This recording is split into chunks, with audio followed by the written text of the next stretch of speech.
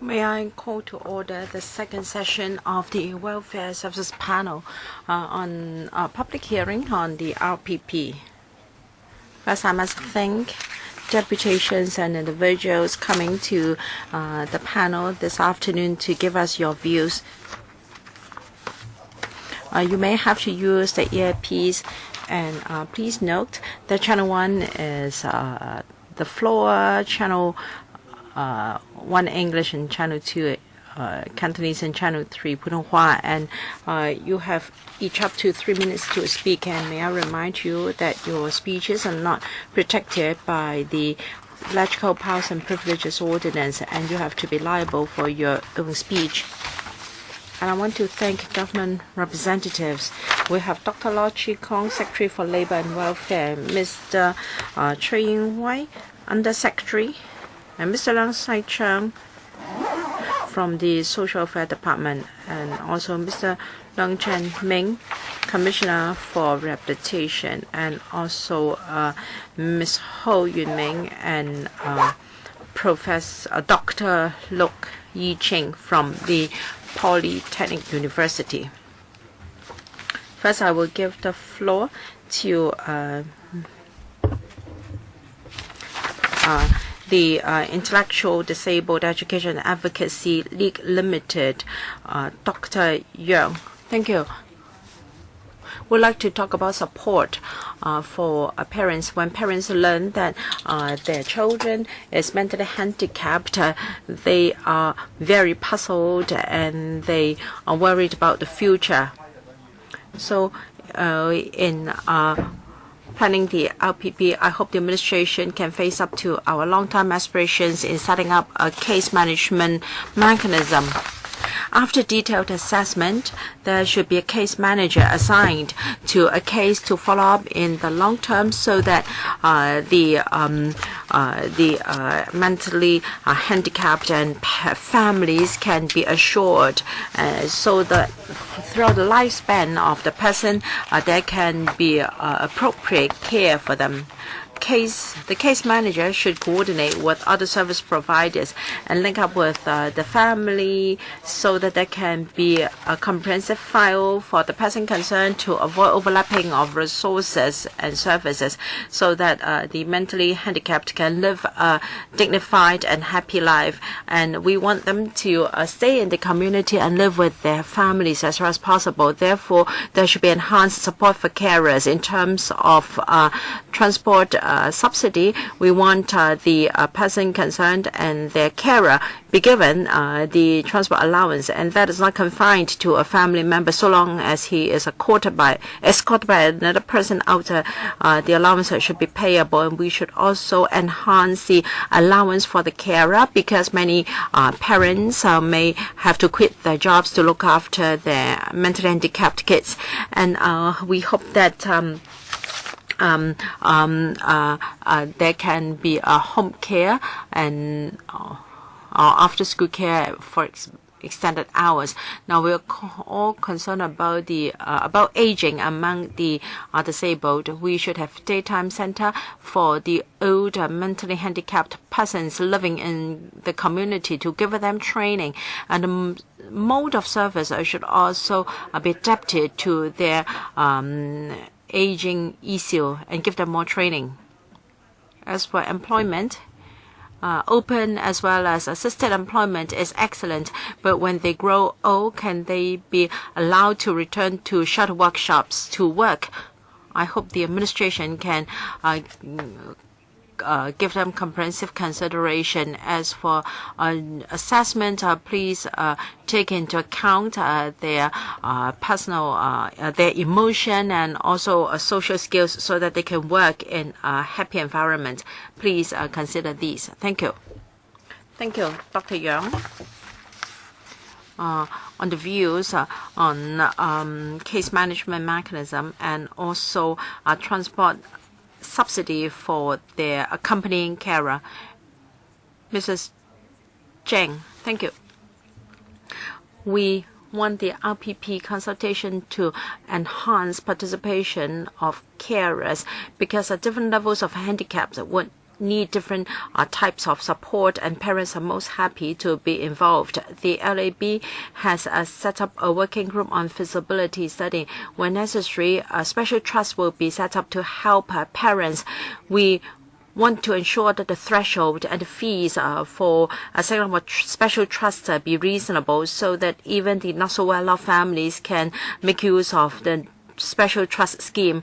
Again, we need a case manager mechanism. We want sufficient resources be provided to set up a case management system. And as for the custodian system or guardianship system, it started in 1977. It's high time the mechanism is reviewed. And we need to review CAP 1360 Mental Health Ordinance. The definition of a mentally incapacitated and also mentally handicapped is very outdated. If they are incapacitated, how come they have so many behavioral problems? So we should use more positive terms and more specific terms to describe their problems. And the government should consider the spectrum of disabilities and also people suffering from autistic features, so that they can be given due support to face up to various challenges when they live in the community, including dating, social activities, management of the property, accommodation, and so forth. There should be a specific task force set up to deal with the guardianship issue, and there should be amendment to the 6 ordinances where guardianship is involved, because their needs are multifaceted. So we must set up a dedicated committee to follow up on this issue, so as to review areas that have an impact on the mentally handicapped. Mr. Ho Ka Leung from the Hong Kong Blind Union. Thank you, Chairman. The Hong Kong Blind Union is a self-help organization. Because of time constraint, I will focus on this concept of rights. All along, PWDs are not asking for welfare, they're asking for equal rights. The CPRD came into force in PRC and Hong Kong SAR many years ago. And the convention ensures that all PWDs can enjoy their rights on a par with other people. I think we understand the objectives and the content of CRPD. However, when it comes to policy formulation and measures being implemented, you are not in line with the CRPD. Take Article 9 as example on universal access, 14 independent living and integration with society. For our union, for many years, we have been telling the government that electric vehicles are too silent, posing hazards to the blind who have to cross the road. The answer is they are still studying the issue. Does it really need to take so long? Because the UN has got all the research findings already. We hope the administration can really implement the CPRD and Article 27 employment. The employment rate of PWD is always on the low side.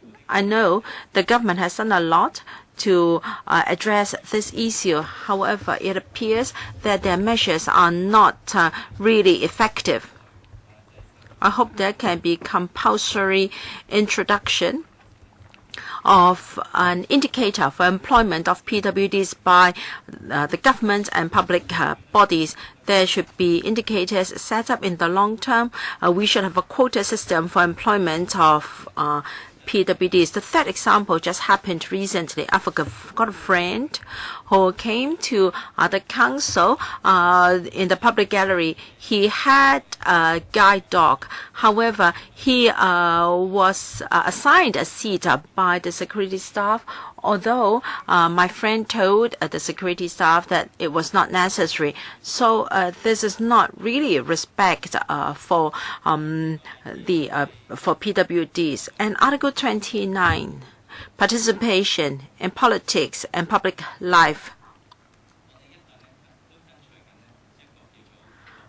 We've always asked for an independent right to take part in elections. We have discussed with the EAC a number of times, but for elections operated by EAC, we are not able to vote in and really independently. We do not have full access to all the documents. We want the RPP to fully implement the objectives and measures under CRPD, and the formulation of such policies should involve PWDs who, after all, know best what we need. We hope the review will enhance support for self-help groups in terms of policy and also enhanced allowance so that PWDs can live a dignified life, and we can also help others to help themselves.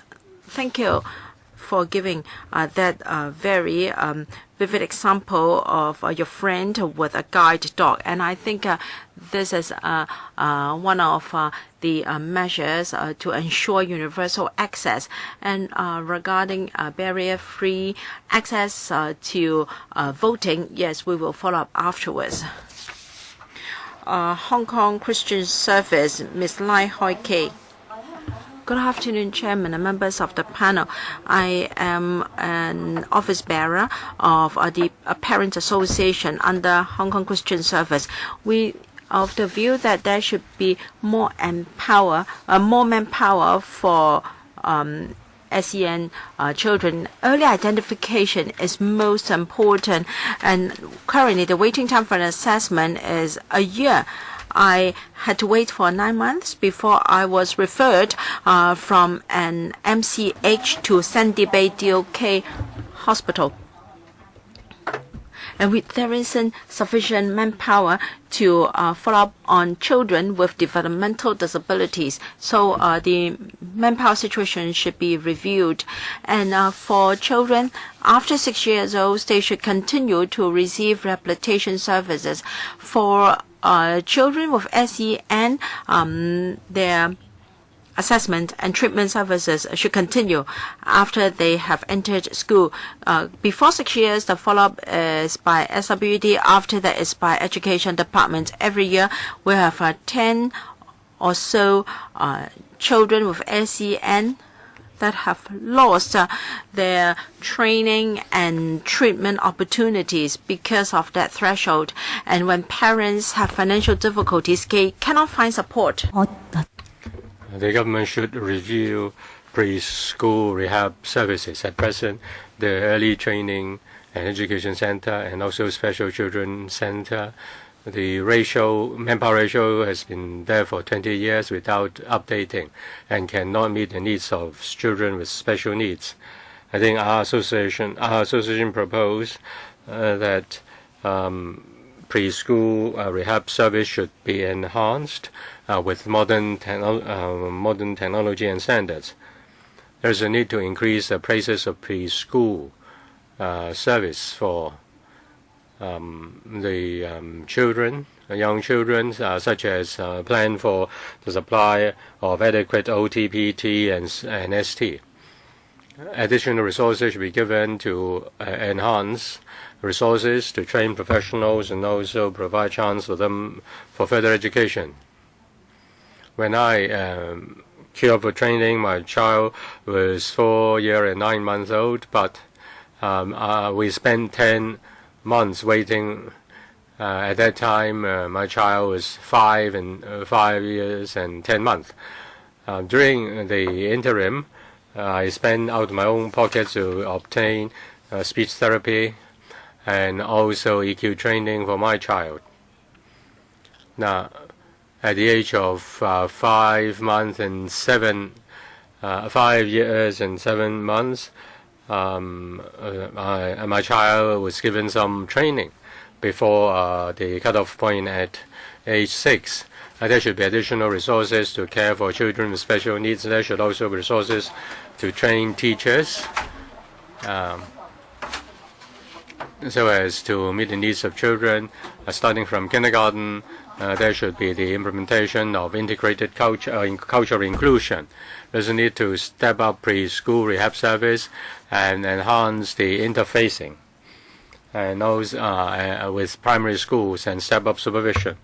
With regard to interfacing for those between 6 years old, that's a very important point. I'd like to thank the accompanying persons. That's very important. So we refer to more travel allowance. Next is Mrs. Seal from the Silence. Thank you, Chairman. Now, today there was a news that a hearing impaired called 992 to call for help. 992 to call for help, and the person asked a passerby to call 999. Finally, that person with hearing impaired died.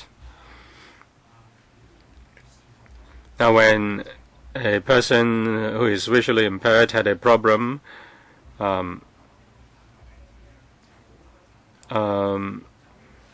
we could help them by calling 999, but if they call 992, they were unable to get support readily.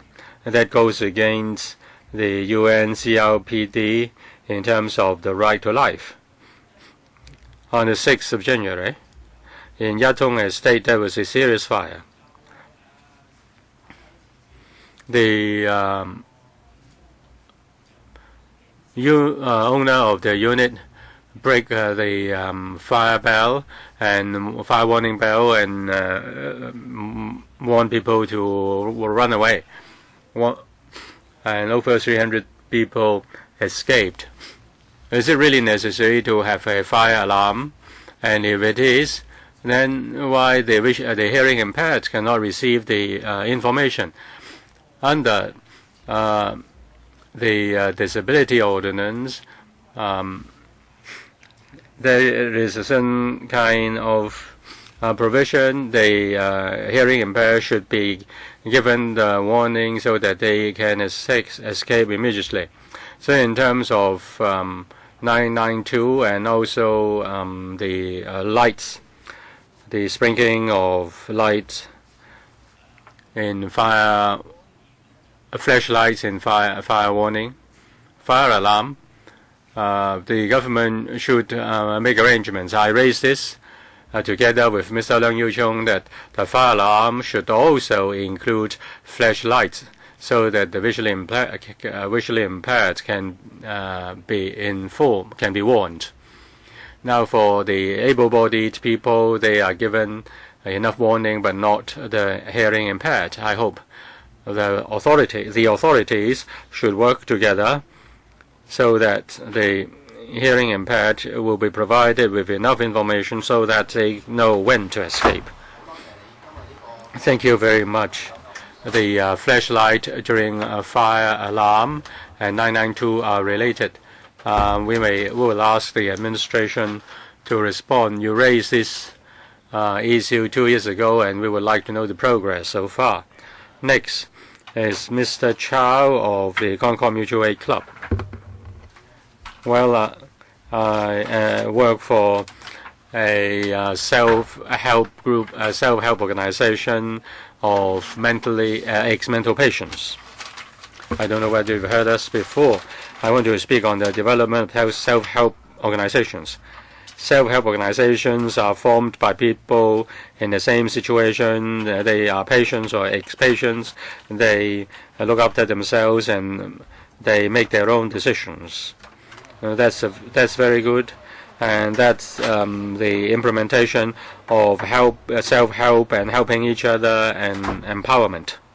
That's the ideal in the, or this is the principle in the social service section, but self-help organizations are not respected by the community at large.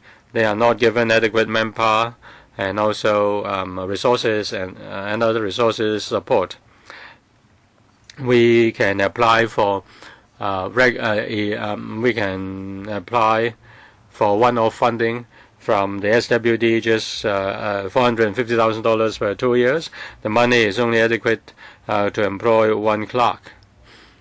Many mentally ill, ex-mental patient, self-help groups have received a cut on the subvention to just $330,000. So how can they organize activities for the ex-mental patients to help themselves? The SWD also asks us to apply money from other big funds, but we are just small potatoes and we are unsuccessful in applying for funds. This is really detrimental to the development of self-help groups. We only have one clerical staff. The staff member is responsible for all the activities, including finance, activities, administration, and many things. There should be professional support, say, for example, social workers.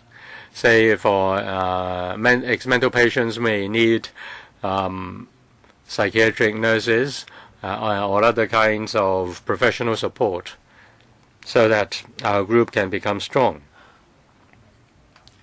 In 2017-18 budget, $30 billion have been earmarked for the disabled. Can $100 million be given to support the self-help groups so that the self-help groups can have resources, conduct training, and also help fellow ex-patients to turn over a new leaf.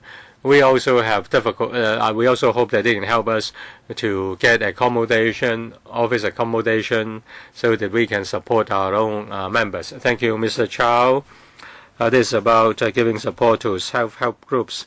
Next is Mr. C of the ADPL. Thank you, Chairman. I'm C. Dekloi from the ADPL. The ADPL cares. The ADPL is a political group which cares for the disadvantaged. I'm sitting next to the Concord. I recently helped rehab self-help groups, in particular those groups formed by ex-mental patients. There are many deputations representing the self-help groups. I believe they face the same problem, and that is funding. The department does have funding support for self-help groups, but as said by the Concord, the money is given once every 2 years. This has hindered the development of the groups. They can only have enough money for paying salaries of staff members, but there aren't enough to organize activities for members and family members of the members. The SWD asked them to seek funds from outside the government, but when you apply for funds from other trust funds, then the process is very complicated. So it is difficult to help the self-help groups. We did some studies. You give them $500,000 each year, they can support 200 families per year. The cost effectiveness is far greater in respect of self-help groups helping patients and family members of patients. Now, the development said it added money to the self-help groups, but in fact, the cake is too small for all the groups. Next round, we don't know whether you will cut the funding from $300,000 to a lower number. I hope that you can increase, or the department should increase the subsidy level, say up to $500,000 per year. That's very important. If you look at cost effectiveness, not a single social welfare organization can replace these self-help groups. Recently, the Bureau gave support to peer counselors, in particular giving money to the HA and ICCMW. But peer counselors are important to the self-help groups, and they also the efforts of the self-help groups, and why can't the government help them?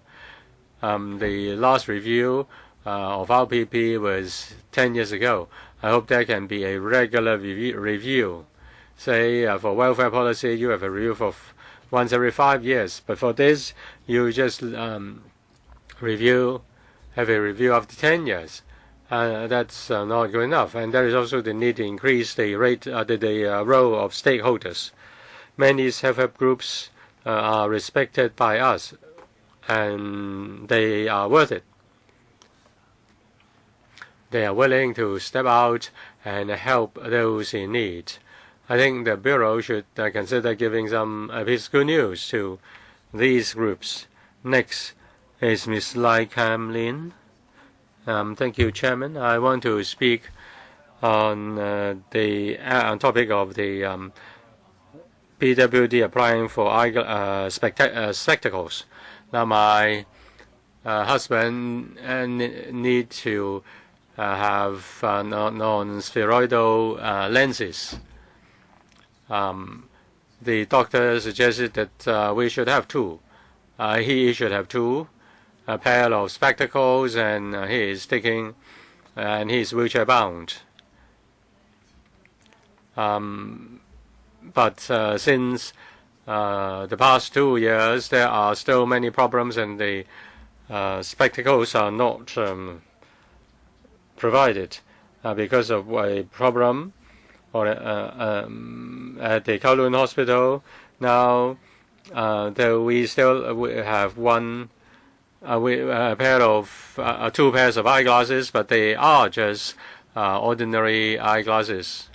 We ask medical social worker to help, but the doctor again just write down a prescription for ordinary eyeglasses. We ask the SWD to intervene, but that is just a chauffeuring of the buck. The medical report is necessary, and we have difficulty with getting the doctor doing that. We have submitted a letter. I hope that under such special circumstances, the disabled need the eyeglasses, and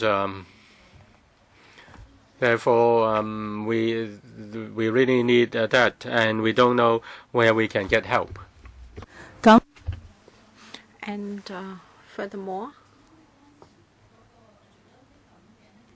other than that glass, there is also the need for a bigger frame for the spectacles, because my husband would need a larger pair of spectacles to allay his fears, and so the doctor, if the doctor can prescribe these 3 special can lay down these 3 reasons, that my husband would then be given 2 special care of pair of spectacles. Perhaps the doctor has not really considered the need of a patient. Thank you. Yes, you referred to a special case. Of course, members of the public who have a similar problem may not know where to go to for help. We thank you for raising this issue, and let's see if we have response from the administration later. Ms. Feng Wai Ying, thank you. resident of Hong Kong, and I've also got social welfare training. In 1977, before that there was no service for PWD at all, but now we have some kind of services, and in 1995 we were very close to international standards. There was proper planning for most normal services, and then there were also special services, special education and rehabilitation services. That was the situation. And before 2000, we have been using this perspective of rehabilitation when looking at the needs of PWDs. Now we are going to have a new RPP. What perspective are we going to use? Will it be mainly medical and healthcare based, or will we use a social human right based perspective? I hope the administration can consider this. From special services in the past, perhaps in the future we should have mainstreaming of disabilities, and there should also be specialized and tailor-made services for the disabled. It's very good that we are reviewing the RPP in 2018. And this year, the administration will have to submit its second and third reports to UN under CRPD. While we are reviewing the RPP, please review our current rehabilitation services in the context of CRPD. How far have we complied with CRPD? And a step further is for us to review and plan future services. Well, rehabilitation is about rehabilitation, but services for the disabled goes beyond that. I think we should change the name of the RPP because of the terminology is not correct. We cannot ensure that the services are correct. We should change it to a review of a plan for services to the disabled. All right. Secondly, we should draw reference to the CRPD, and we should also consider the strategic report on making the right real view, and also the 2013 report. And lastly, we should have someone from the legal sector in the working group. All our ordinances should be reviewed, because if there is no legal backing, no matter how well our plans are formulated, we cannot ensure the rights of the disabled. We have to ensure that all the strategies can be implemented, and we hope that the government can provide financial resources for the working group to review the RPP. Because even though you have employed the people, without money, we cannot really do it. Thank you. Ms. Tam Carmen from the Patient Rights Advocates. Chairman, members, good afternoon. The Patient Rights Advocates would want you change the name of RPP to a review of the program plan for things related to the disabled, and even the name of the relevant committee or commission should be changed. We thank the Commissioner for Rehabilitation for inviting two mentally impaired persons to join the working group to review the relevant framework. You must have participation of people nominated by the relevant organizations. The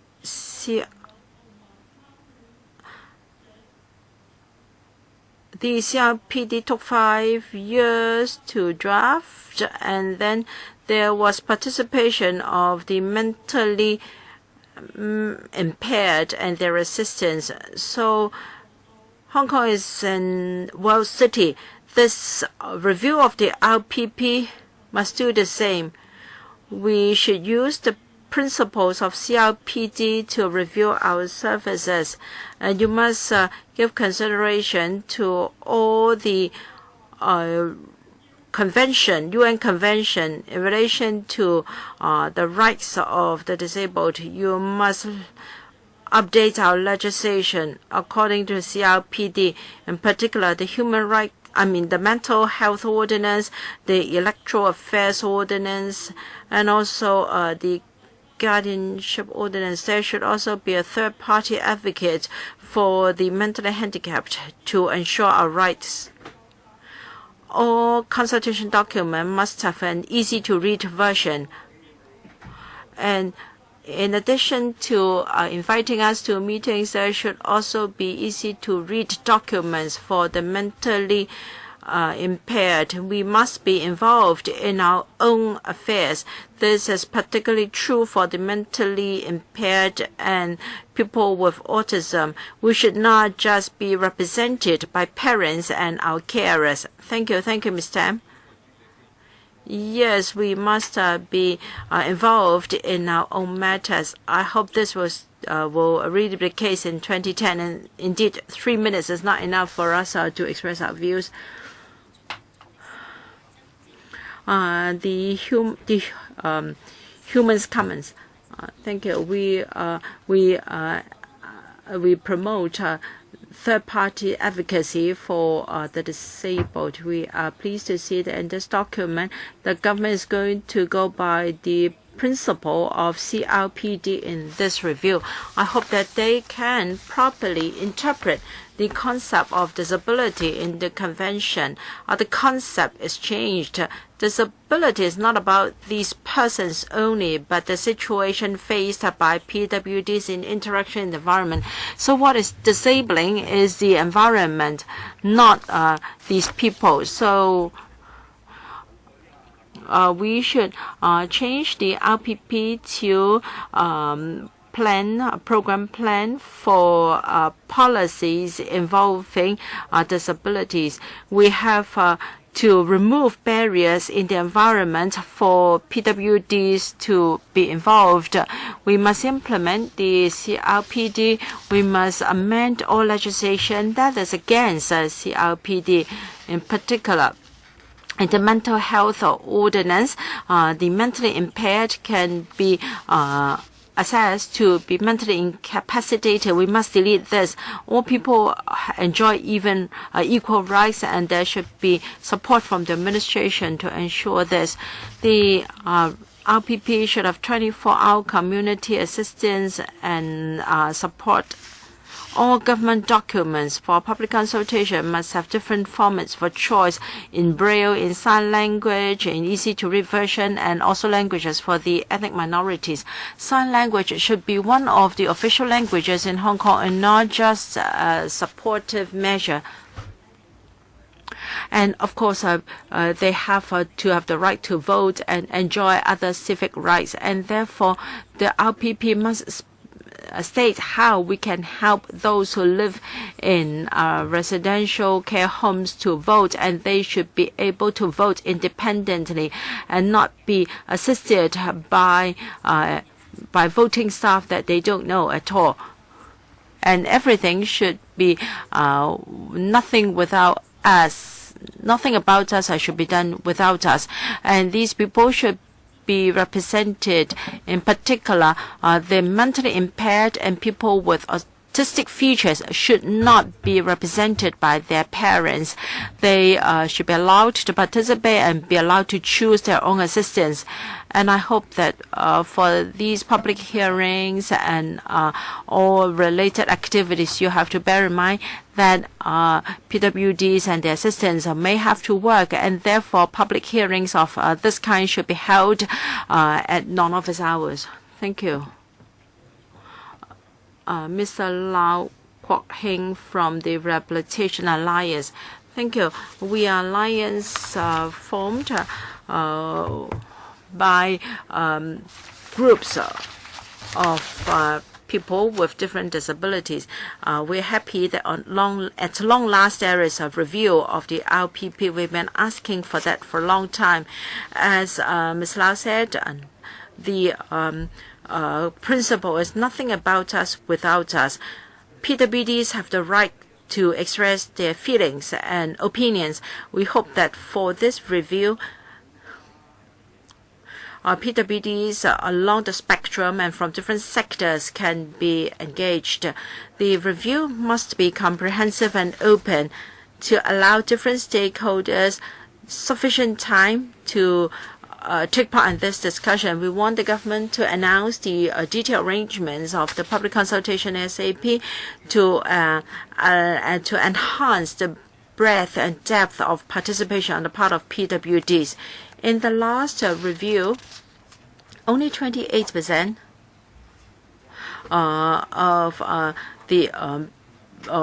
members of the working group were PWDs or their carers. We hope that more PWDs and carers can be invited to join their working group so that the voice of PWDs can be more clearly heard and there can be enhanced participation.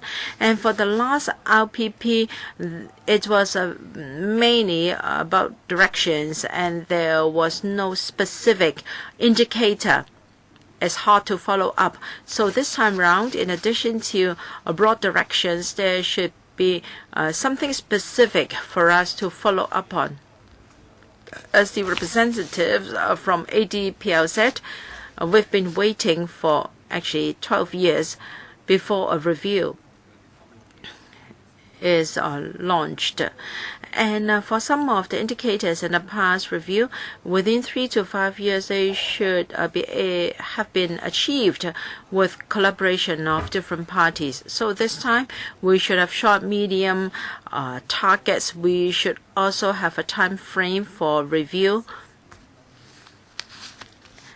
In a timely manner, we should review the short, medium, and long-term measures in a timely manner so that we can ensure that the LPP has been effectively implemented. The working group should discuss a number of issues, for instance, carers and also patients of rare diseases. They were either not mentioned or just probably lightly touched on in the last LPP, but recently we have seen many issues and even social disasters arising from these problems. I hope that in the current LPP, carers as well as patients of rare diseases can be given due consideration. Our community is facing an aging issue. The PWDs are aging prematurely. Their carers are also getting old. So there will be a higher population of old PWDs, and this will create pressure for the whole community, and the LPP must face up to this problem. Next, Mr. Wong Wan Chung, the Parent and Infant Training Service of the Hong Kong Hong Kong Christian Service. Our institution has the following view. We have been serving the community for more than 40 years. We hope the administration will keep up with time and review the preschool training standard and consider effective means consider enhance the manpower space for special children training services. There's a need to clarify the various issues and also outreach service so that professionals and parents can make their choices. We urge the administration will increase the outreach service and provide rent subsidy instead of just providing support within existing service units. There are 1,500 children waiting for special childcare center. There's a need to to provide adequate places for children's special needs. There is an acute shortage of manpower. There should be a long-term plan, enhance the training places for rehabilitation professionals, provide additional financial resources to welfare agencies. There should be a reasonable pay scale. There should be adequate professionals to provide preschool child care. The assessment, waiting for assessment will take about 6 months. There should be more such assessment centers, and there should also be more education psychologists to provide assessment and care to children at school. The government should implement policy basing on interests of children. Instead of just providing service to those who have been assessed, there's a need to have coordination within kindergartens so as to provide early intervention at the kindergarten level. There should also be more resources given to preschool children's service units. This will help to enhance interfacing between preschool training and school education. There should be a central database to collect data of PWDs. There should also be adequate case management starting from infant or young children all the way up, so that the disabled can enjoy barrier-free service.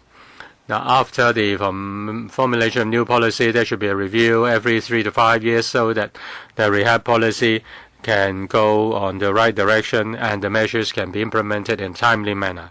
Thank you, Mr. Wong. Next is Ms. Chow of the Civic Party. Good afternoon, Chairman. Well, I'm a bit indisposed. I may not be very clear in making my statement, but I have seen those who have been suffering from chronic illnesses, and they come here to speak. I hope the Secretary will listen very carefully. The Civic Party has 2 suggestions on implementation. The government should take the responsibility and put more resources on public institutions. For those who need long-term care, the government tends to introduce the medical coupon to ask elderly people and the disabled to go to private institutions to seek service.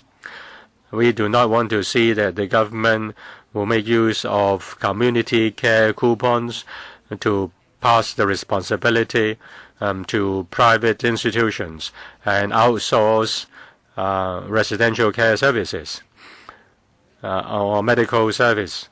Usually, they are treated as a business in the private sector. Cases of abuses are common, and after such mistakes are discovered, they just close down and change the name and trade under a new name. This is very bad to the PWDs. The government should take the responsibility, put in more resources to provide service by the public sector. After implementation of the policy, we hope that the study will come up with a policy rather than a roadmap.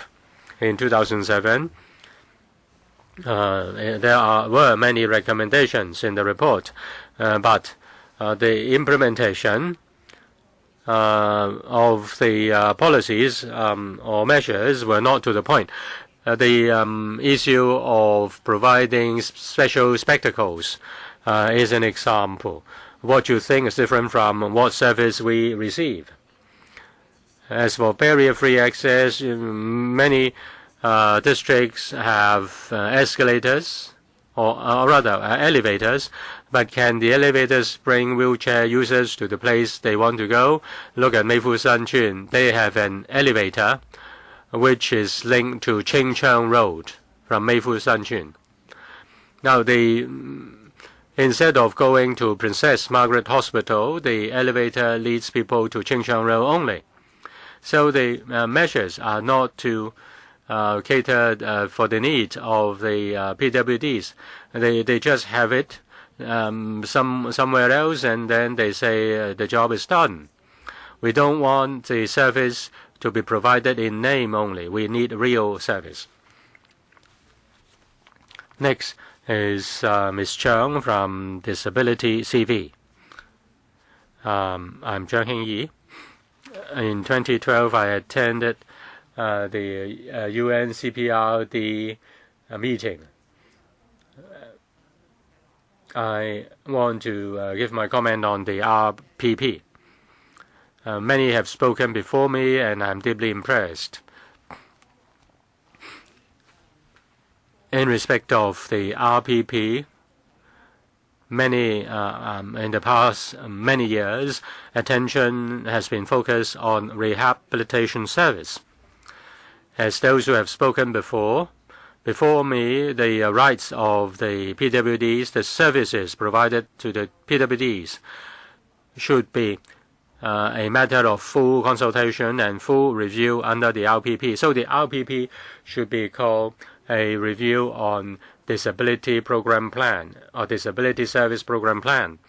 Now there is with the Cambridge incident of sexual abuse, a hearing impaired person was not given facilitation when he or she was required to stay in institution, and there was a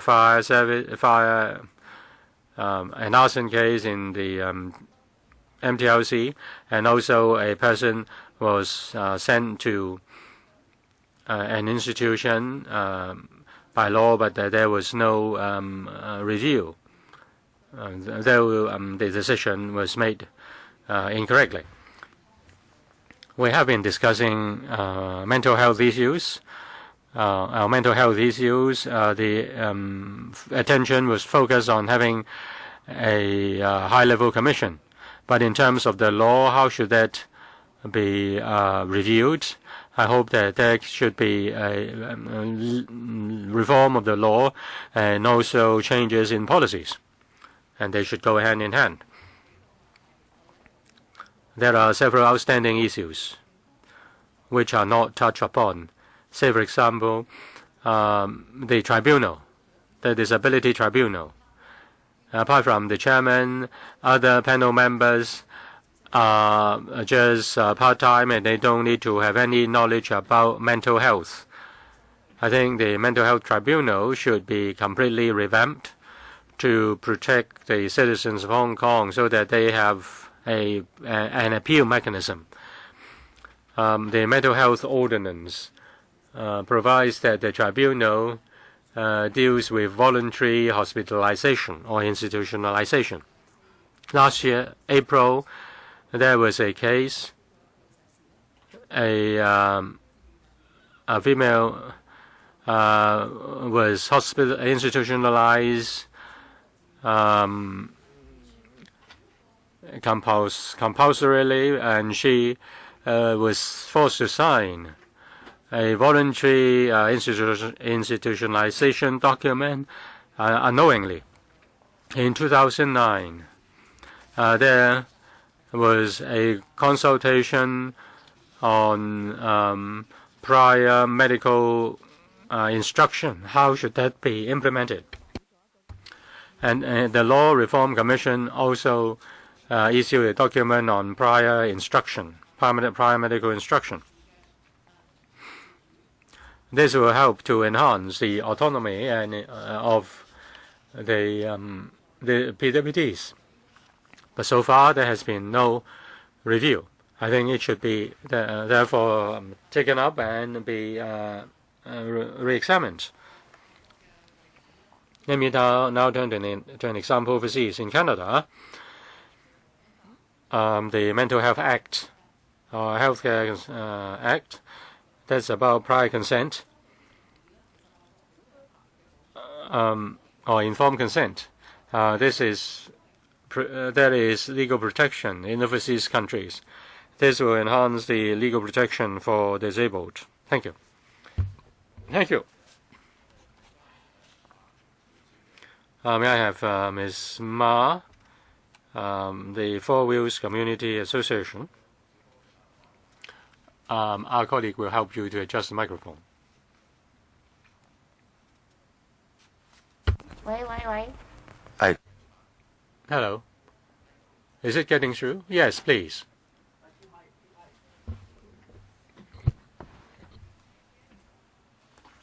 Every time I had a problem or raising problems with the electrical, when I'm here, this time I go to the toilet of the electrical building. I went to the female toilet with a bigger cubicle. The cubicle was big, but the cubicle is big, but the door is small. And my wheelchair cannot get in. I really don't understand what's the use of that cubicle then. The government has provided a lot of things to the disabled and also to the institutions working for the disabled. The government has provided a lot, but those things cannot be used by us. They are just not usable. So you better do something right instead. Now, in Hong Kong, the rule of law prevails. There should be the right tool to do something good for the PWDs. There should be a suitable assessment. The assessment should follow the ICF. The ICF has many merits. The categorization is according to different functions of the body. If we follow the ICF classification, then we will be able to interface with international standards. If we don't have a basic tool or the basic tool, then we will not be able to collect suitable information and have adequate data to plan for the disability services for disability. Next is on employment and poverty among the disabled. Now, there is the so-called disability placement service. In 2013, I enrolled with the service, and since then, they only called me once to help me to find jobs. So I don't know what that placement service is, or what use that placement service is. I signed up for a ERB course for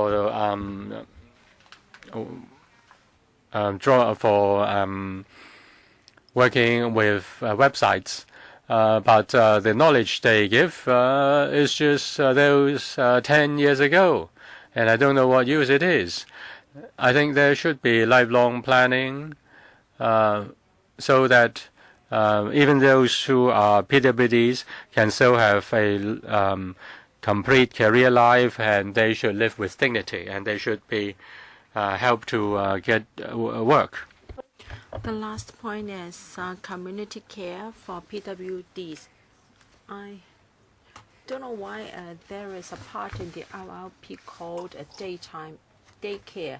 There's something wrong with this name. Why must it be daycare? What about night time? Don't we need care at night too? In fact, we are at our most risky at night because we are asleep, and nobody may be around to see that we're in danger. I have a domestic helper, but when she's on leave, then that's the time when no service is available. So may I suggest that the administration provide more holiday and nighttime emergency care? Thank you. Thank you very much for your advice to the Council. I think this hearing conveys an extra meaning to the Council. We had we have had 3 special reminders. I think we should really walk around the council building with you so we will understand whether there is indeed a barrier-free access. Thank you very much for your advice. We have noted that. Mr. Yu Boyko. Thank you. I'm from the First Step Association. To follow up on Ms. Ma's story, I came here with her, and I think in many areas in society we still have a scenario referred to by Ms. Ma. For instance, lifts are built in places where the disabled cannot use them, and then disabled toilets are built where there are 2 steps obstructing the wheelchair users. So the RPP may be about respect for the rights of PWDs, but the policies are still very defective. I'd like to use a few policies to illustrate my point. Our association serves wheelchair bound persons, and one of our projects is to train our volunteers to offer home cleaning and shopping services for PWDs. We have to apply for funding to operate. Because resources are limited, we can only provide 5 to 15 places per year, yet the queue waiting for service is almost 2 or 3-fold. Many members would like to continue to use our service, but we may not be able to accommodate their wish. In the past, we allowed people with who are wheelchair bound to use our service, but now we narrow down our scope of service to those who are living alone or who are frail and weak. There is a great demand for our services.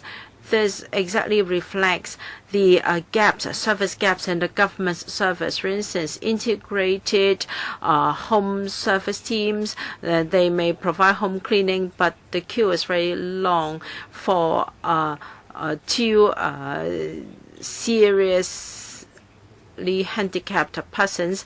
They may not be able to get help. How can you expect them to clean their own homes? Now, let me share with you a recent case I encountered. This physically handicapped person, wheelchair bound, lives with his 80-odd-year-old elder brother. I asked him how he could clean up his home, and he said that first he would sweep his floor while sitting on a wheelchair, and then he would move to a chair and then back to wheelchair, and sweeping his home would take more than half an hour. How come our services are so defective and many PWDs cannot get the services they need so much? And I also like to talk about rehabilitation training. This is so important for wheelchair users. If they do not have home support services, then they will have to receive rehabilitation training in daycare centers for physiotherapy and occupational therapy, for instance. And then in 2014, there was $10 million to employ social workers for case management. Other than that, there has never been any large-scale review of the RPP. I hope that in the current review, you can conduct a review of community support centers for the physically handicapped. The physically handicapped require OT and PT as well. Thank you. Mr. Yu Kam Chong. Thank you. In my submission, I said that PWDs have been using the disability allowance to procure services such as meal deliveries and so forth, but I didn't have enough time to put that all in my submission. Now let's take the safety belt as an example. For this call for this help belt. Now, I am not discriminating against the elderly, but they can apply at SWD or HD, and from what I heard, the applications can always be granted. But for PWDs, our application are rarely approved. Yes, there is a fund, but whether there is money in the fund depends on donations, and only those who living in public housing and physically handicapped alone may get the application approved. Now, for ex-mental patients, now we may suffer from a shock or may pass away very easily. For instance, when I was a kid, I had experience of sexual assault. And when sometimes I would be so frightened that I would be speechless. I might pass out, and when I hear very abusive language, I may suffer panic. I've asked nurses and medical staff. I think it's common for the ex-mentally ill to pass out, and yet we cannot we cannot easily get our applications approved. Like my godmother, Kwok Mei-Wah, she previously lived on her own. She could not have a safety belt installed, and she could fall very easily. She couldn't even use the device. And for my mother, she is a stroke patient. She's wheelchair bound and hemiplegia. My younger sister has employed a domestic helper to take care of her. My nephew was very young. We were in the same bedroom, but my mother passed away when she was asleep, but we only found out the next day because you must be able to press the safety alarm before people can tell that you are in difficulties. I have used different types of safety alarm. Some can be expensive as $1,000 a month, and mobile phones may not offer very good service. So I hope that the safety alarm for the elderly the service can be extended to people like me, because we can press for help, and they can also locate us. And there is also daytime services. From time to time, they may call us during the daytime to check on us, and they may also conduct home visits on occasionally. So, Secretary, please think of our personal safety and our difficulties, because the disability allowance is minimal. We cannot afford other services. All right. I said that you have been reflecting this issue to many departments. Perhaps we should use the Welfare Services Panel as a platform to invite the administration to tell us whether it is indeed so difficult to get an application approved. Mr. Lee, I am chairman of the Four Wheel Community Association. I have got a few questions for you. First, barrier-free transport services. We have a severe shortage of rehab buses. I can never book a place on a rehab bus. So shouldn't the government increase the number of rehab buses in Hong Kong?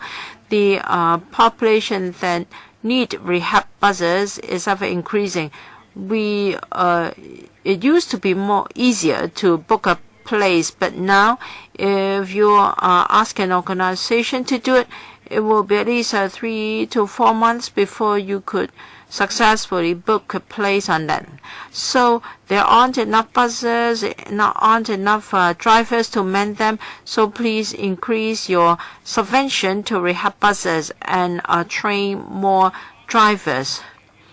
Now for buses and minibuses and MTR, there are a lot of obstacles to barrier-free access. Please enhance communication with public transport operators. I hope there is a trial scheme on subsidy to minibuses. There must be enhanced education because if a dozen or so able-bodied passengers have to wait for a wheelchair-bound passenger to board a minibus, they may complain, so there must be more public education. And the most important of all is taxis. For wheelchair users, we have to pay at least $80, another $80 in order to board a taxi. Why do we have to pay more? Because they are commercial operators. They need to make a living. So the government should give us some subsidy. Are wheelchair users richer than others? No. The taxis have a meter like other taxis, and yet we have to pay upfront $80. So this is a big discrimination against wheelchair users. Thirdly, well, we always have to be accompanied by carers. So when we ride on public transport, we have to pay for our escort. For instance, we are given $2 traffic concession, but I have to pay the full fare for my carer. And when PWD apply for replacement of their rehabilitation aid, they encounter a lot of difficulties. There used to be some assistance at PolyU, but now this was removed in 2017. Dr. Fernando Zhang helped us to write a letter on that, but we have not heard of any development. We have to replace our wheelchair once every 10 or 8 years, but we aren't given any financial support. For people who are not on CSSA, they even suffer more. Why can't we have $2 million set aside every year to allow non-CSSA recipients to apply for financial assistance for replacement or maintenance of their wheelchairs? So this will go a long way in helping wheelchair users. Thank you. The Secretary said in the first session that the administration didn't have to wait until the RPP review is over. So when it comes to the question of a wheelchair problem, the taxis, and also the safety alarm, right? I don't think they have to wait until the review is done. You talked about having to pay $80 up front when riding a taxi. We can follow afterwards. Next is Mr. Zhang of the Hong Kong Spinocerebellar Ataxia Association. Is it getting through? Yes, please, go ahead. Good afternoon, Chairman. I'm a patient suffering from spinocerebellar ataxia. The onset usually is at the age of 30 to 40, but the onset of my problem was when I was 17. I participated in many training organizations and activities so as to keep myself up so that I can be integrated in society. But I have difficulties of moving around. Our association hope that the government will pay attention to the needs of the PWDs. And our association have the following suggestions in terms of transportation. Just now, Mr. Lee has spoken.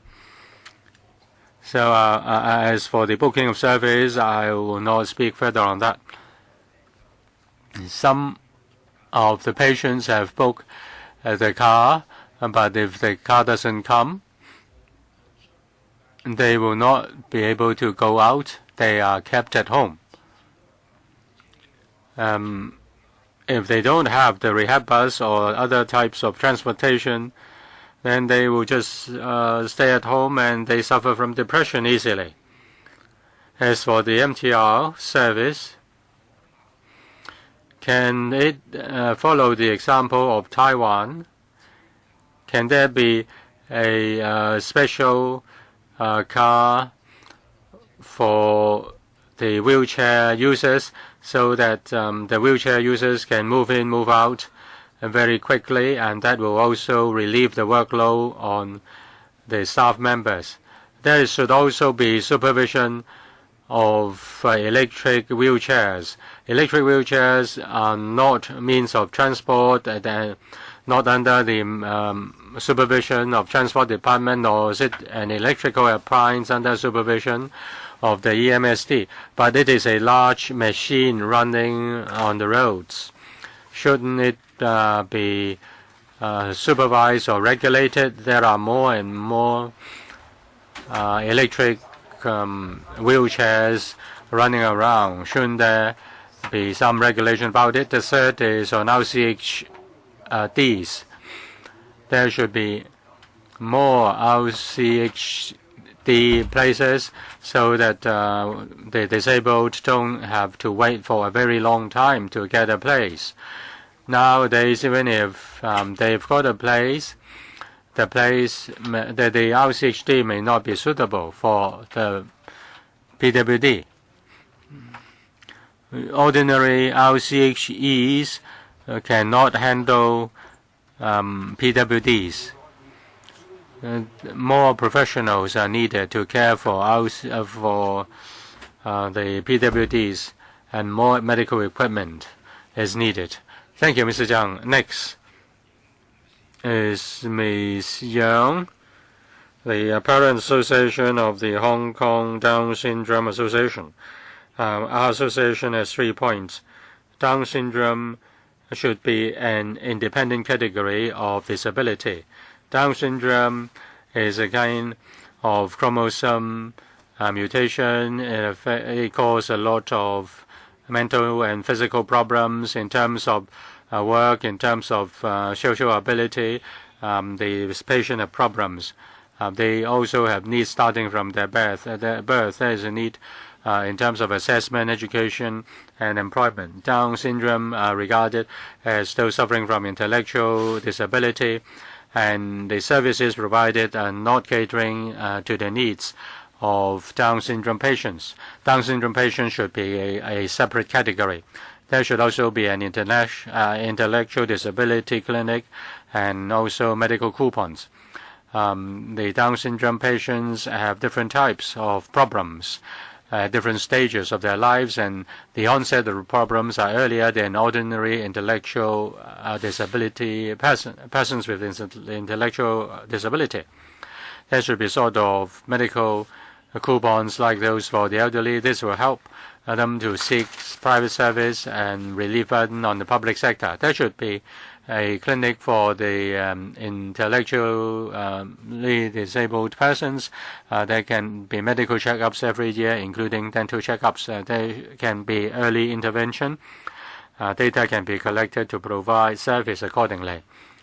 Carers allowance for carers should be enhanced. Though a trial scheme has been introduced, it is not enough. It should be extended to cover all carers. There are additional expenses incurred by carers, in particular in terms of transportation and also medical appointments. Parents have to care for their child with disability.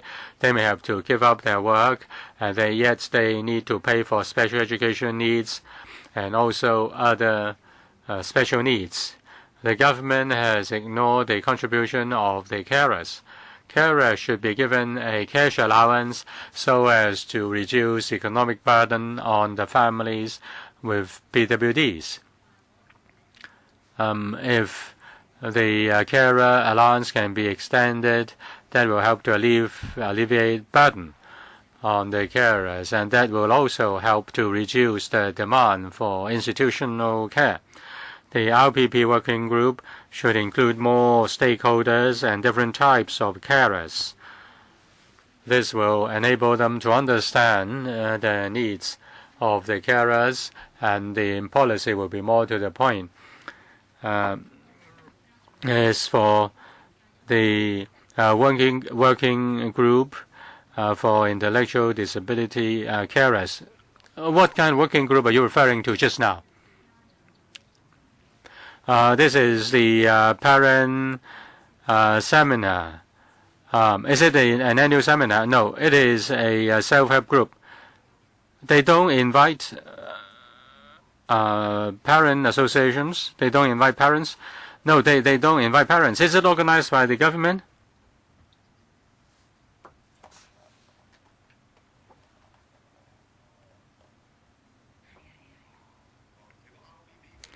You mean the RPP working group which has not invited parent associations? Maybe they are just drawing up the name list. I asked them to supplement. Next is Ms. Chan Yip. Thank you, Chairman. I'm a social worker helping people on rehabilitation. I will inform you my observation and make my suggestions to RPP. The RPP should show that it's progressing with the times, and it should review the government's sincerity. I checked the white papers and green papers. The number of places, there is assessment on demand and supply. This is very important. This will enable the government to decide on what type of services to be augmented. That's important. That is important for macro planning. At present, there is a acute shortage of services. You know the queues are very long in terms of the institutions. Many parents say that their children cannot get a place in the RCHD when the parents pass away. Why? That is the Cambridge. During the Cambridge incident, the parents, some of the parents, didn't get any help because they couldn't move their children to some other institutions, which are even worse. Now the queue is long. The government then starts to plan to get land and get manpower, but it cannot catch up. When you see that the aging population, you will have more serious problems. But these problems do not crop up in one day, and you should have planned ahead. Now the parents suffer, and also the users suffer, and we service providers also suffer. You can say that the NGOs are poor in their governance, but can you say that all NGOs are poor in terms of governance? If that's the case, then is there a problem with the policy instead? Every year in different areas of service, you can see the complaint against elderly service came first. That's because of lack of resources. You have not forecast correctly the demand for services, and you do not put resources where it's most needed. The workers are just trying to catch up, and they are too busy, and parents therefore don't understand and they complain. That's only a lose-lose situation, and the service users and parents will suffer. Well, it's a rare opportunity to have a RPP review. There should be long-term planning, interdepartmental coordination, so as to show that the government has sincerity. This is our wish. Through RPP, there can be a change to this multi-losing situation. Next is Mr. Zhang, Young Persons for the Disadvantaged. I'd like to thank the Bureau and the RAC for providing funding to organize promotion of sign language and provide sign language training and also self-help programs, and working with the RTHK to promote sign language and supporting the CU in setting up sign language database and set up a list of sign language interpreters. To the visually hearing impaired, these are just the starting point. According to the list of sign language interpreters, there are only 57 of them, and they cannot meet the needs of 200,000 persons who are hearing impaired. The LegCo has rejected the non-binding motion on requiring on putting sign language as the official language. At that time, the reason was that there weren't enough sign language interpreters, but this is no excuse. Many institutions have started their work on promoting sign language, and sign language courses have been included in the QF. As for the list of sign language interpreters, the requirement is to require the interpreter to provide no less than 200 hours of interpretation in a year. We believe that the graduates, after practical lessons, will be able to qualify. The government should provide job opportunities for them so as to enhance professional standard of sign language interpreters. We hope the administration will set up a timetable to include sign language as one of the official languages. This will give show the government's sincerity. As for promoting the development of sign language, we hope that the LWB will take the initiative to help with the institutions to encourage registered organizations to employ sign language interpreters. Say in Taiwan, the government departments encourage the use of high innovation and technology to improve the living environment of the hearing impaired. For example, developing a sign language app and also providing sign language guides at tourist spots. We also we also hope that schools will also teach the able-bodied students to learn sign language, and we hope that sign language can be a kind of a language subject just like other foreign languages in the universities. Now there is outsourced voiceover. I hope that there can also be outsourced sign language for TV programs. Now, if it is not a direct broadcast, I hope that there can be sign language provided together with TV programs. Thank you. 50 Right, 50 qualified sign language interpreters against 500,000 people with hearing impairment. No, it's 57. All right, 57 against 500,000.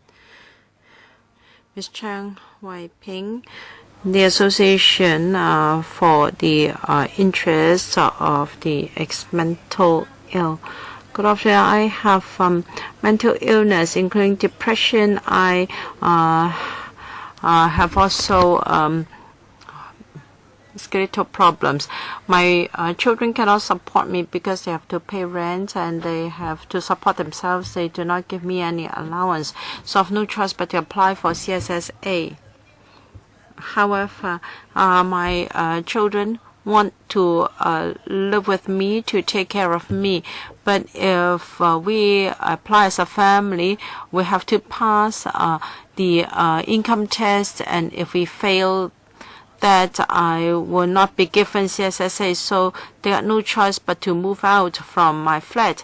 So if I have an emergency, what will happen? I hope that the administration can relax the rule and allow me to live with them and apply for CSSA as an elderly singleton. Thank you. Thank you, Ms. Chen. That is to apply for CSSA on an individual basis and not as a family basis. Mr. You've arrived, but can you please wait for a while? Pardon me? Yes, you've just arrived. Please allow me time to make arrangement. Then I'll use the washroom first. Okay, thank you. Mr. Chen Chang-chun. The interest group for the housing needs of the ex-mental patients. Now, I suffer from mental illness. I have been waiting for PRH for 20 years. It is so difficult, and I have to spend half of my income for rent, and this has added to my financial burden. Sometimes I can only have bread instead of rice, and I suffer from nutrition, and I have to buy warm clothing. I cannot spare this expense. I want to work, but my mental state isn't fit enough for employment. If I can be given a PRH, I think my health problem can improve. I've applied for PRH, but the waiting time is so long. The medical officer has refused to offer me compassionate housing. Can the social worker give me sympathetic consideration and cooperation between doctors and social workers is very confusing. They are passing the buck to one another. And if the doctor thinks that it is the social worker's responsibility, can the letter apply for compassionate rehousing for me? Thank you. For individual cases that might be followed up by colleagues individually. So-called. Ms. Yun, thank you. On formulation of the RPP, we have 3 questions for the administration. First, how consultation will be done. The paper mentioned a working group and some consultation forums will be held in 10 disabilities. There are different areas. We have been to similar public consultation forums, and the time given was very limited. There were various types of issues, and we only had minimum time to express our views. Even if you're not going to have a separate forum for one disability, at least you should break it down to more finer sessions so that we can have more time to express our views. And once the RPP is promulgated, will there be any plan to review it? And how soon will review be done? And how and what is the mechanism? Can more stakeholders be involved in the review so that there can be adjustment in the light of social changes in social circumstances? Last year, SOCO issued a report on a review of mental health, and then for mental health RPP, how are you going to make recommendations? And then when it comes to concrete services, I'd like to talk about housing. As Mr. Chen mentioned, housing is so important to ex-mental patients. I think even other PWDs face a similar problem, and housing can become a big burden and would affect the rehabilitation of a disease. So the government should not outsource such matters to private homes or allow them to survive on their own in subdivided units, because they would need rehabilitation services and they are not available in private homes. The staff haven't got specialized training and there is no one to monitor their conduct, and yet they have the right to reflect the conditions of the inmates to medical officers and doctors. In fact, for private homes, there is a lack of supervision, and doctors think that by placing ex-mental patients in these homes, they can be well taken care of to help their rehabilitation, when in fact it's not the case.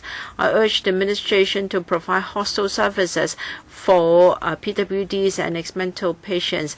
We have not seen any increase in the number of places of halfway houses. 1,500 is all we have, and for long care homes, again, there's been no increase in places for a long time. Thank you, Ms. Yun.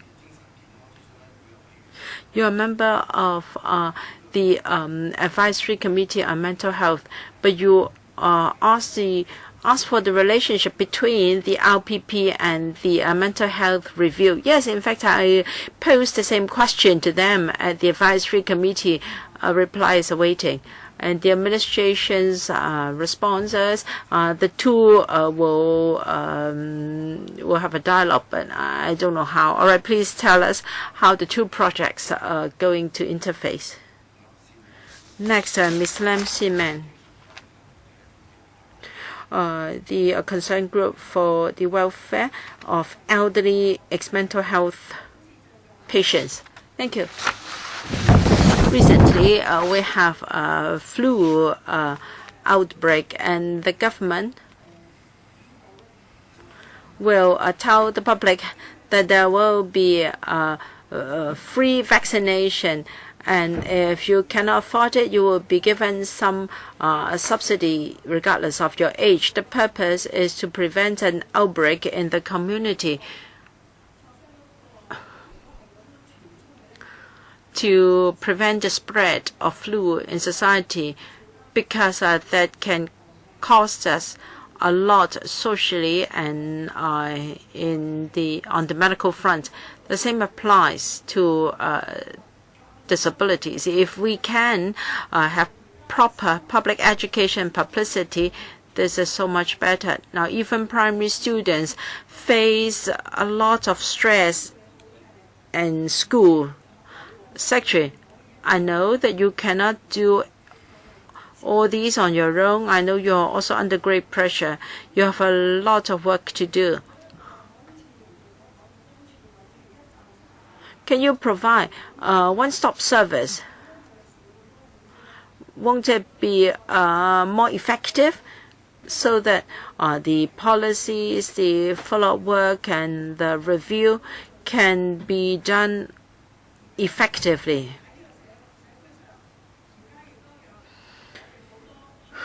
In the community, the common problem faced by ex-mental patients is employment. We are almost for an able-bodied person, he may have mental problem if he's asked to retire, not to mention ex-mental patients. This is the community doesn't allow ex-mental patients to rejoin the workforce, and now we are still young. How can we face our future life? We still have many more decades to live. If we can't have employment, how can we survive? Now, Secretary, you are working so hard for us. We want to work, but we have no jobs. So you should employ more ways and means to promote the employment of ex-mental patients in the public and private sectors. There should be better coordination so that we can join the workforce again. If it is very difficult, then have you relied on technology so that we can work even at home using information technology? When society was poor, we could we could work on factory work at home. Can we have something similar so that we will not always have to rely on social resources and we can be responsible for our own lives as well? As for the question of institutions, you must see there's contracting out hostel services is just asking homes that only want to profiteer to exploit us. You see, we have frequent readmissions to hospitals because our mental state has deteriorated because of inhumane treatment. Are you aware of this?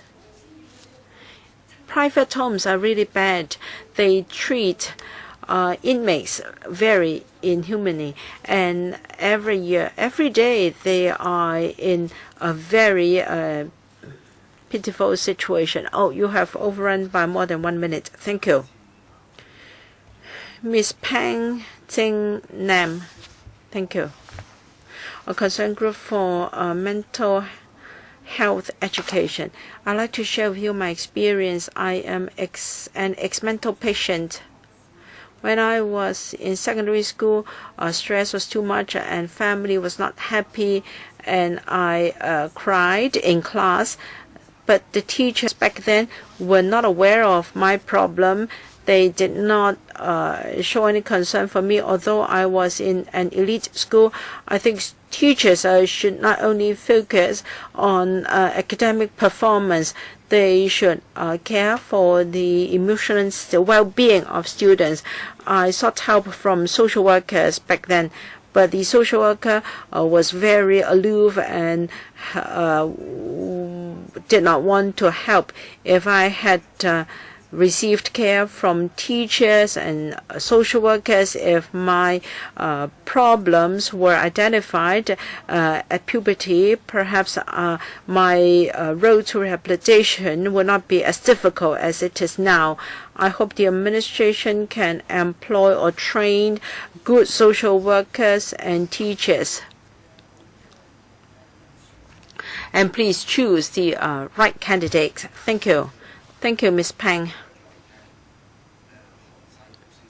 Mr. Hon Sai-ho. Good afternoon. I'm Raymond. I am a peer counselor in Baptist All Kwan Christian Service. About 3 or 4 years ago, there was I had onset of mental illness. In fact, when I was secondary school, I had emotional problems. I received services from social workers and integrated family services center. I felt that they were not effective in helping me. I was among those hidden students in primary school. When I was in a higher education, my symptoms showed up. I met a social worker who was very caring. I was willing to discuss my problems with them, but I waited for more than a year before I could see a psychiatrist in the public hospital. I also consult a psychiatrist in private practice. I later quit school and I was referred to the youth psychiatric service of the Oi Kwan, youth psychological service of Oi Kwan, and I was able to control the thinking in my mind. basing on my experience, I have the following suggestions. If there were a community network to identify youth mental problems earlier, that will be very helpful in bringing relief to young people. So there should be emotional support community groups. So-called hidden young people should be identified so as to provide help to them. More resources should be given to public sector hospitals so as to shorten the waiting time for services. There can also be public-private sector cooperation and reduce consultation fees provided by the private sector practitioners. I really hope that young people who are not so willing to come forward to express their feelings can be identified, and they can come out to share with other people. But the ICCMW service only targeted those above age 15. The age group, the age group span over a very big spectrum. And if people of similar age can be grouped together to share among themselves their thinkings and also their views, and they will become good fellow peers in their development. Thank you, Mr. Pang. I now invite the last speaker to speak, Mr. Ng Kwang Fong. Thank you, Chairman.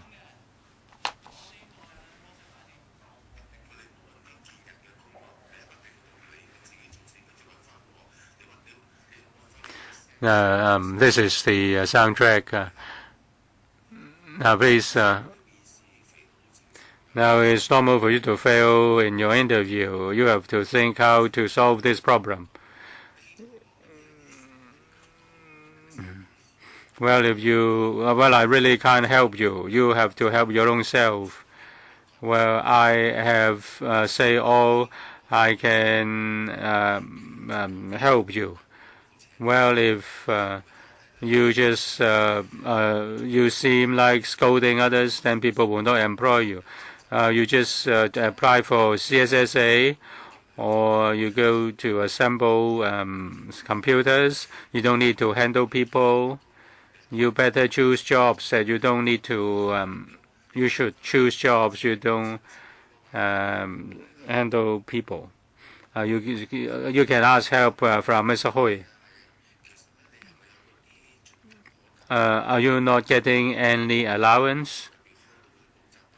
We don't have any tuition classes for primary schools. Even if we have tuition classes, you don't want to be teachers at our tuition classes. How can I help you? You can teach day schools. That will be okay. There are tuition classes. It's really tiring. You have been working from September, November. Tomorrow, I will have lessons about Mr. Ng. I have to remind you that you only have 3 minutes. Last week, I started to attend a course, and then I find jobs. I try to find jobs. The Labor Department just come to the conclusion that nobody will employ me. I go to receive training. They don't give me jobs. Can you turn the disability allowance to $1,500,000? Then we can survive. My family members are going to drive me out. Where should I go? Shall I kill myself?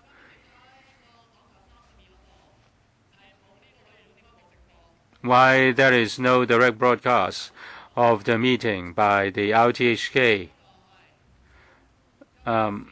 this is also a mess concerning the disability allowance or other schemes to help young people.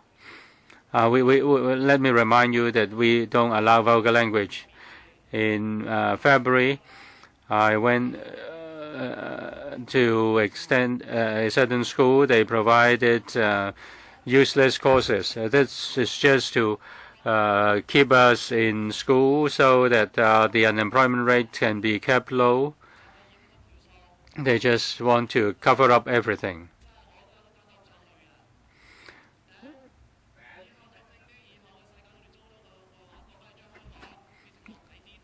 Well, if it is a mess, so those who are not too poor health, they should be prevented from giving birth. Just force them to receive abortion.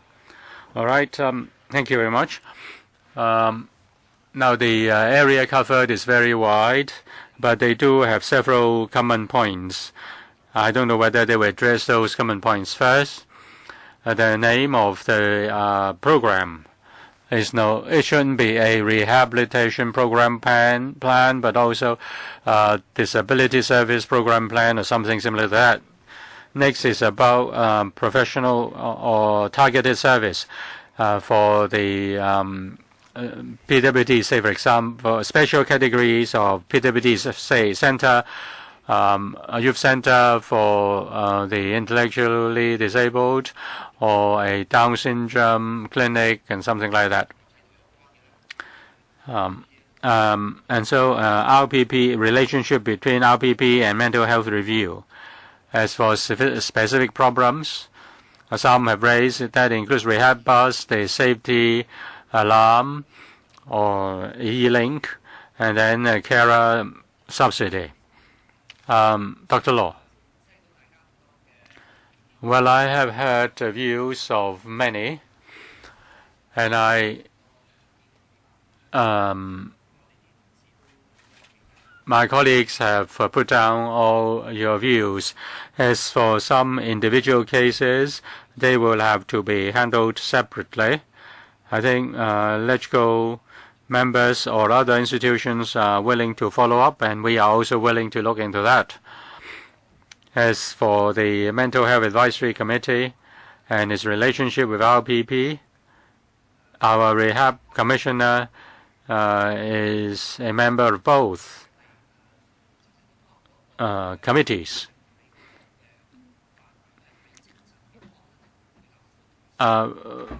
Rehabilitation is also related to mental health, but rehabilitation covers a much wider area.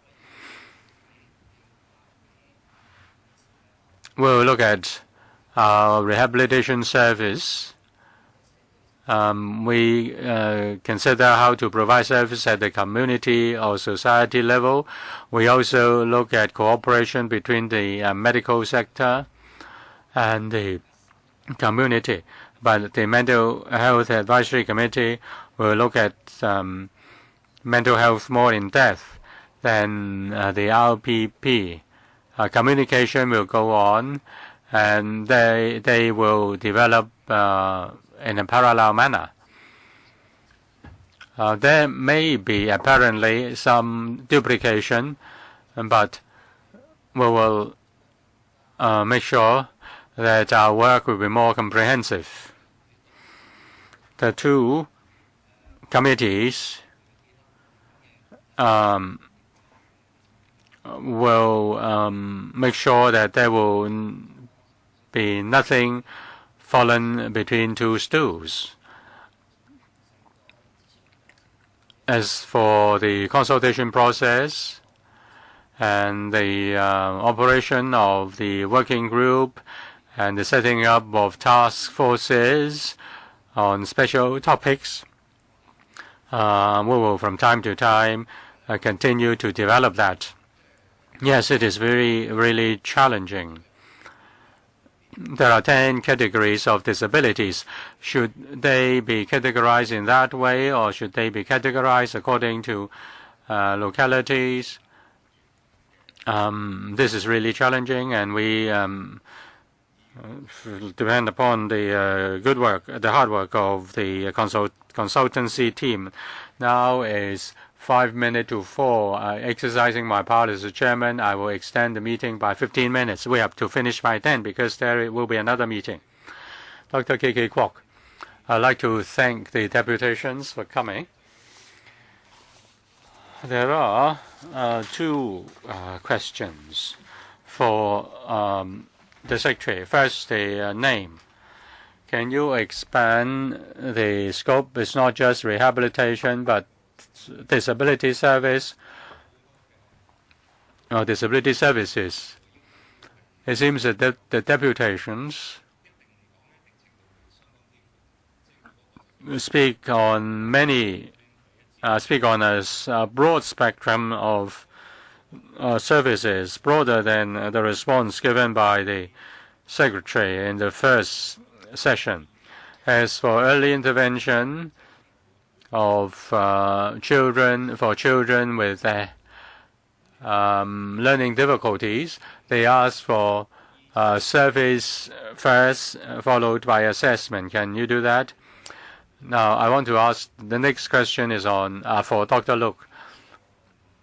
Now, the team has to put down the views of different stakeholders. Dr. Look, you have heard the views for a whole day.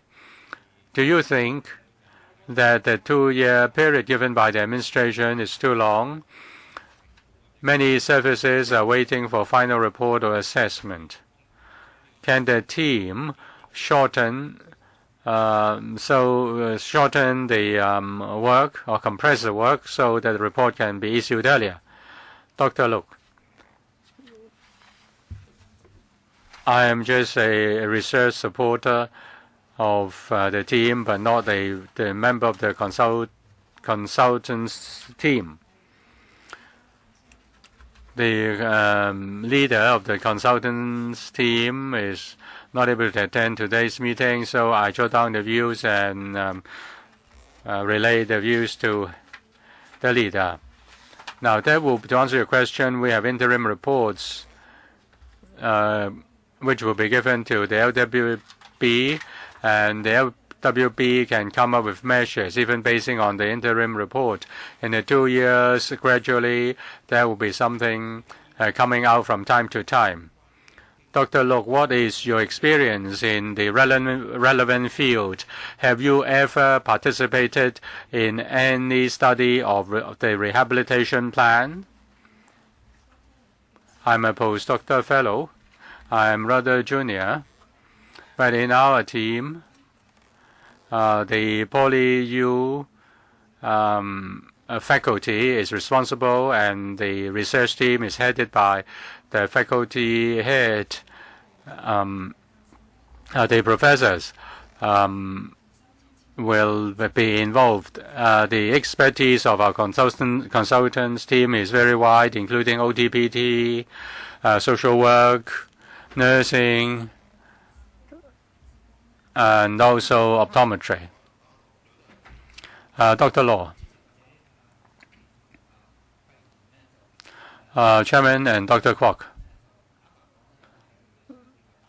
I'm quite worried that 2 years will be quite a crash or short. But specific work do not need to wait for the recommendations. If something has become mature, then we can launch that. If some measures are mature, then we can launch them. The scope of rehabilitation, as far as the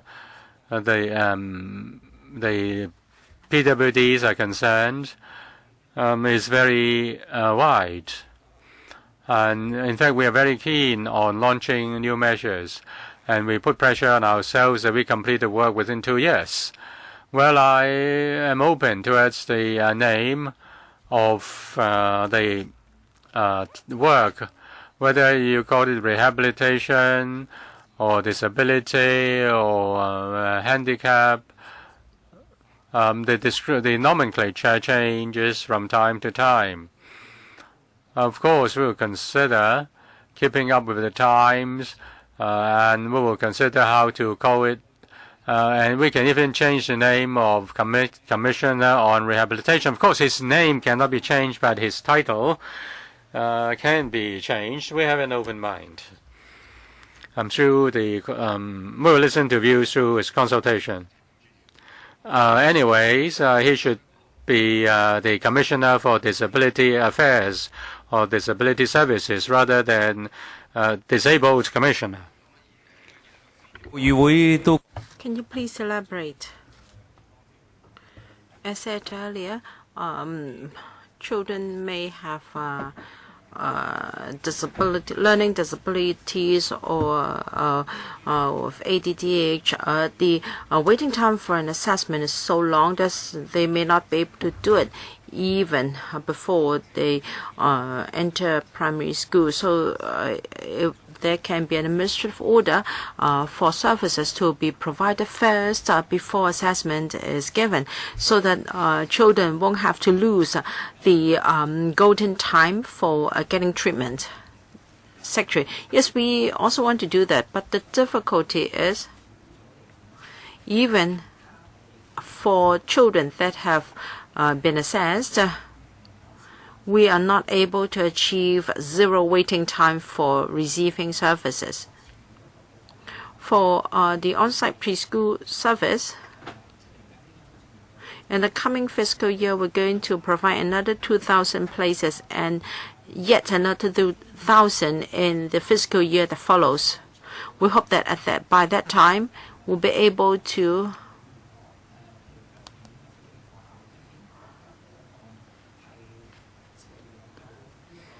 if there are preschool children that need the services and yet are still waiting assessment, we should be able to provide treatment first. In fact, even kids that have received assessment have yet been provided with service. So currently, we are not able to do this. Mr. Leung Yiu-chung.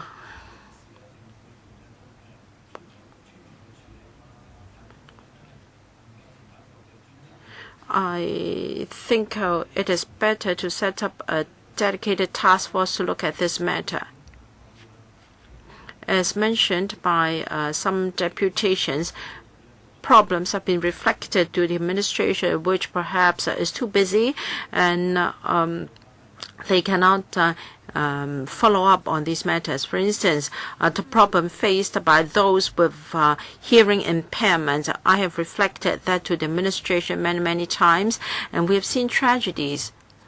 I've said to the administration many times, it is worse than a prison when people with hearing impaired are placed in an RCHE because we do not have a dedicated RCHE for those with hearing impairment, because they cannot communicate with the other residents, and the loneliness and can kill you. I have reflected that in swag to no avail. And I've also said that when the fire alarm goes off, the deaf cannot hear that, and staff don't know sign language, and there is no way they can communicate with the residents. And even if you have suffered a fall, you cannot tell the staff. We have reflected that to SWAG many times. Now, if we can have a dedicated task force, all the best. And if we can tell, but SWD has no power. So I don't know how these problems are going to be resolved. So this public hearing has exposed many difficulties faced by PWDs, but so what? I really want some solutions for this. Otherwise, the deputations may think that they have come to the panel year after year And what's the point if there is no change at all? I hope you can have a way to address the problem. I don't know whether you've tried that out. I know of a person with hearing impairment who lives in an RCHE on his own. I asked whether they can be grouped together to live in the same RCHE. The answer is no. Perhaps you can ask the secretary what can be done.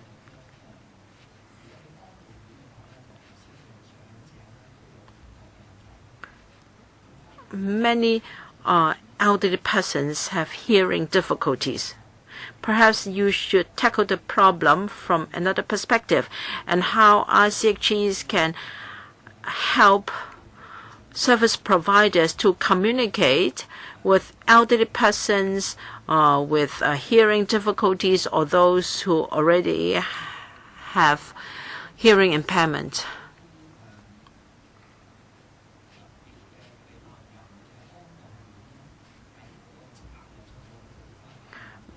Strategically, I think it may not be the best if we have our RCHEs dedicated to the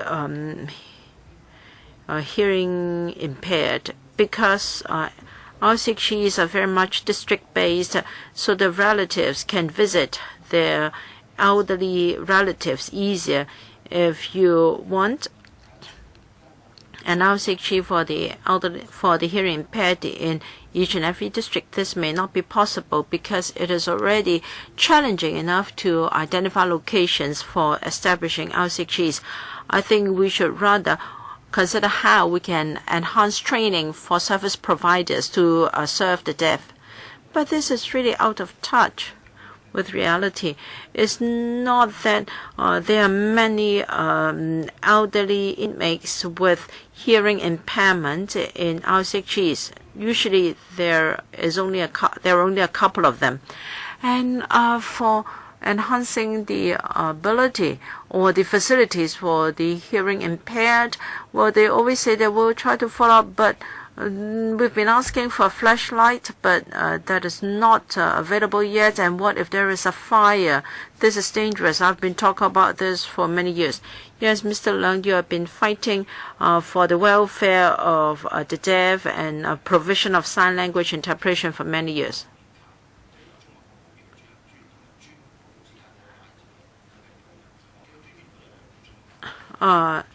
Commissioner, I think you have something to add.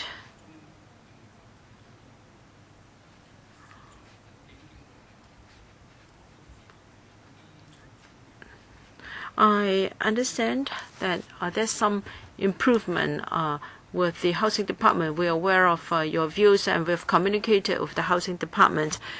When there is a fire, for the sake of the deaf, there is a special notification service. Residents or PRH tenants with hearing difficulties can inform the housing department beforehand, and the staff will inform these tenants when there is a fire, and there will also be a flashlight. I think that is the outcome of our feedback from the deaf. You talk about PRH units. What about private homes? Well, you can follow up on another occasion. Dr. Fernando Zhang. A few months ago, after the fire in Yatong Estate and also a fire somewhere, I asked a check with the housing department. They talked about a prior notification, prior registration, and also to inform them, well, when there's a fire, let's say if the resident or the unit is on the 30th floor, will you have a staff member to walk all 30 floors to inform that tenant? This is unimaginable. And even before the media started to write a story on that, the flashlight only started. So, Commissioner, you should check it first before you claim credit for this new development. In fact, the story can be very long when it comes to the service gap for PWDs in the current situation. Many deputations have asked that there be a philosophy behind the policy and also the plan. Perhaps you may, the Secretary said that there's a feeling of deja vu and that they have strictly adhered to the CRPD, and then we can rest assured. But if you look at it carefully, they are very passive, and the guiding principles are not on the contents of the CRPD at all. Now, you cannot evade the fact that this is a policy document and this is a plan. Can you please not call it a rehabilitation program plan? Can you call it a program plan? Can you call it policy for issues related to disabilities or planning? And please do not group all PWDs under the broad umbrella of rehabilitation. I've already answered this question. I will ask my colleagues and the working group in particular to explore this problem, this issue. And some deputations feel that the term 殘疾 or disability may not be very appropriate, and we will think about that. I hope that you will not come back with the same term. Otherwise, we are just this meeting is futile, and we want cross-bureau and interdepartmental coordination for mental health. This is a mental illness. This is a bit embarrassing. In the past, it was under the Food and Health Bureau, and for disabilities, we usually include mental illness. So, Secretary, can you tell us?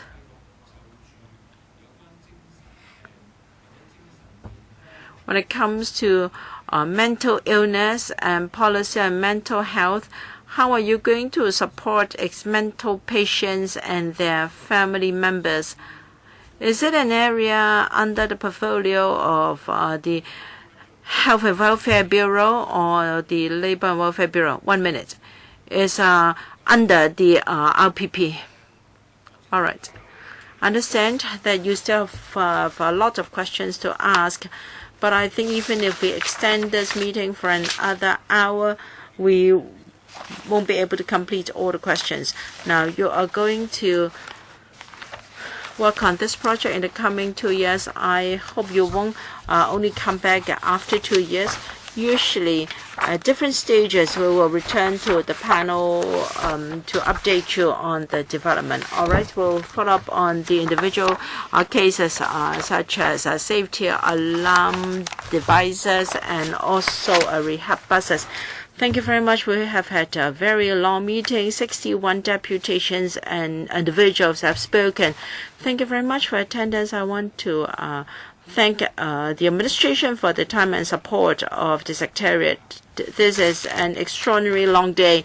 And regarding reminders to facilities of the Council complex, I will take up with the Electoral Commission on behalf of the panel. Thank you very much.